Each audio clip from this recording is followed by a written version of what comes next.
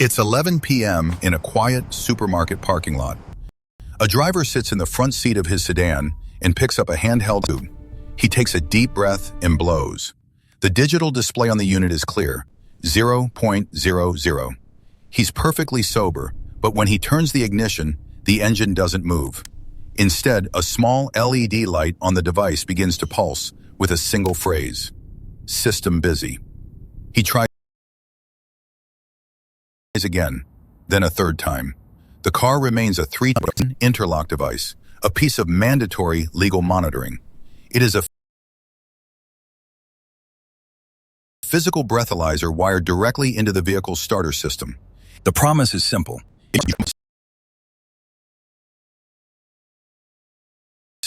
That promise evaporated. Reports began to confirm that a cyber attack had left drivers stranded nationwide.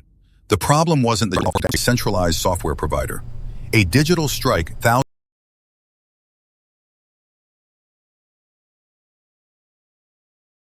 of miles away had revoked the physical permission to move. What was sold as a safety feature from vehicles.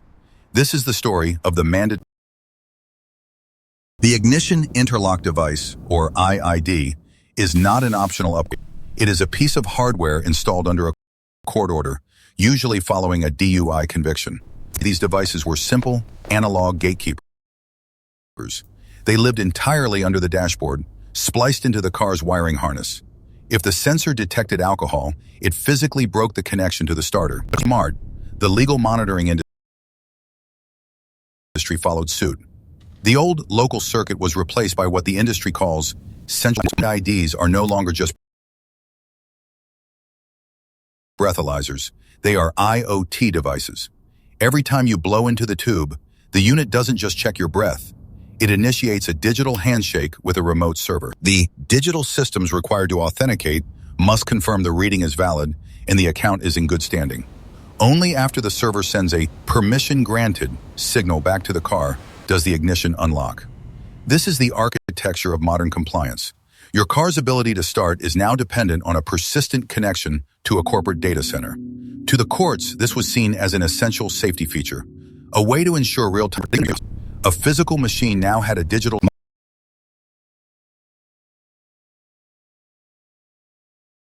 March 20th, 2026. The sun rises on thousands of driveways across the United States. Drivers climb into their cars, perform the mandatory ritual, click of the solenoid. But the click never comes. Instead, dashboards from Florida to Washington light up with the same three words: system busy. TechCrunch is the first to report the scale of the failure. A cyber attack has successfully breached the servers of a major breathalyzer provider. The digital systems required to authenticate ignition is a slave to a remote server. The physical hardware is paralyzed. The 0.00 reading on the handheld unit is now meaningless. Without a permission-granted signal from the compromised data center, the engine is legally and physically dead. It is a nationwide digital blockade. A single software strike has effectively revoked the right to move for thousands of citizens. The is now a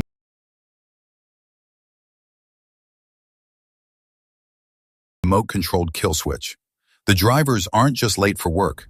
They are The reaction is immediate and desperate. Drivers call local police, but there is no crime to investigate. They call the installation centers, but the phone lines are jammed with thousands of identical complaints. In San Francisco, the Board of Supervisors is already familiar with this kind of systemic fragility. Only months earlier, PG&E, after a string of utility failures. Now they are calling for a formal inquiry into the public utility system. They are questioning the wisdom of tethering physical movement to vulnerable cloud infrastructure. But the experts point out that the rot isn't always in the code. In South Dakota, state officials recently traced labeled wires. A single clerical error in a server room was enough to blind an entire government branch.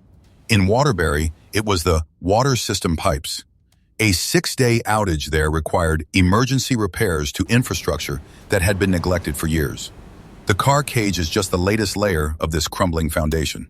In February, a cyber attack disrupts local government payment systems, making it impossible to process fines or fees. Now the mandatory legal monitoring itself has become the threat. A legal catch-22 begins to emerge in the court records. If a driver attempts an ordered device carries a mandatory jail sentence. The law requires them to use the system, but the system refuses to recognize their existence.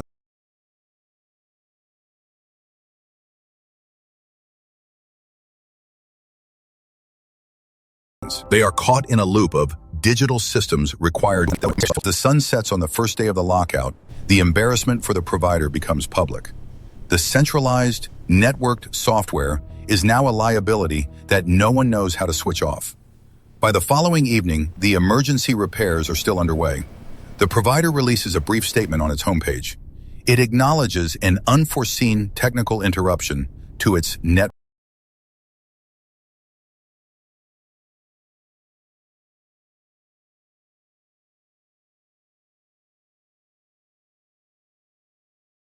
software.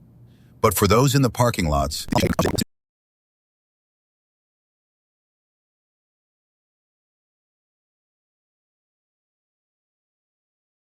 control hardware just to get home. Now they face new court hearings for tampering. The internal data logs will record.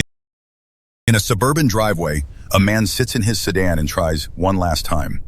He blows into the plastic tube, his breath fogging the dashboard. The screen flickers, then returns to its familiar prompt, waiting for server. The engine remains a dead weight. While just a few feet away, the rest of the world drives past him.